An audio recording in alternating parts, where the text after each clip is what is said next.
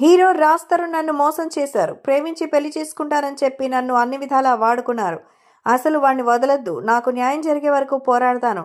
రాజ్ తరుణ్కి నాకు పెళ్ళైంది. అతను నా మెడలో తాళి కూడా కట్టాడు. కానీ ఇప్పుడు వేరే అమ్మాయి మోసలో పడి నన్ను వదిలించుకుంటున్నాడు అంటూ గతంలో లావణ్య చేసిన రచ్చ అంతా ఇంత కాదు.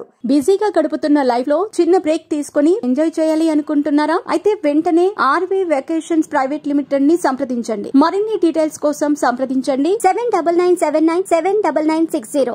గతేడాది రాజ్ తరుణ్ లావణ్య వ్యవహారం నెట్టింట్లో హాట్ టాపిక్ అయిన విషయం తెలిసింది. అయితే ఇప్పుడు లావణ్య మరో వ్యక్తిపై ఆరోపణలు చేసింది. మస్తాన్ సాయి అనే వ్యక్తి వద్ద హార్డ్ డిస్క్ ఉందని, అందులో దాదాపు 300 ప్రైవేట్ వీడియోస్ ఉన్నాయని హాట్ బాంబ్ పేల్చింది. ఎలాగోలా ఆ హార్డ్ డిస్క్ ను నార్సింగ్ పోలీసులకు అప్పగించి మస్తాన్ సాయిని అరెస్ట్ చేయించింది. అయితే ఎంత చేసిన లావణ్య ఇప్పుడు రాజ్ తరుణ్ కి సారీ చెప్పాలనుకుంటోంది. అతను పక్కనే ఉంటే కాళ్లు పట్టుకుని క్షమాపణలు చేస్తానని అనడంతో అంతా షాక్ అయిపోతున్నారు. తాజాగా లావణ్య ఒక ఛానల్ కి ఇంటర్వ్యూ ఇచ్చింది. ఆ ఇంటర్వ్యూలో ఆమె కన్నీళ్లు పెట్టుకుంటూ ఈ వ్యాఖ్యలు చేసింది. తన మనిషి తనకు దూరం అయిపోతున్నారనే బాధతోనే రాజ్ తరుణ్ పై పోలీసులకు ఫిర్యాదు చేశానని చెప్పింది.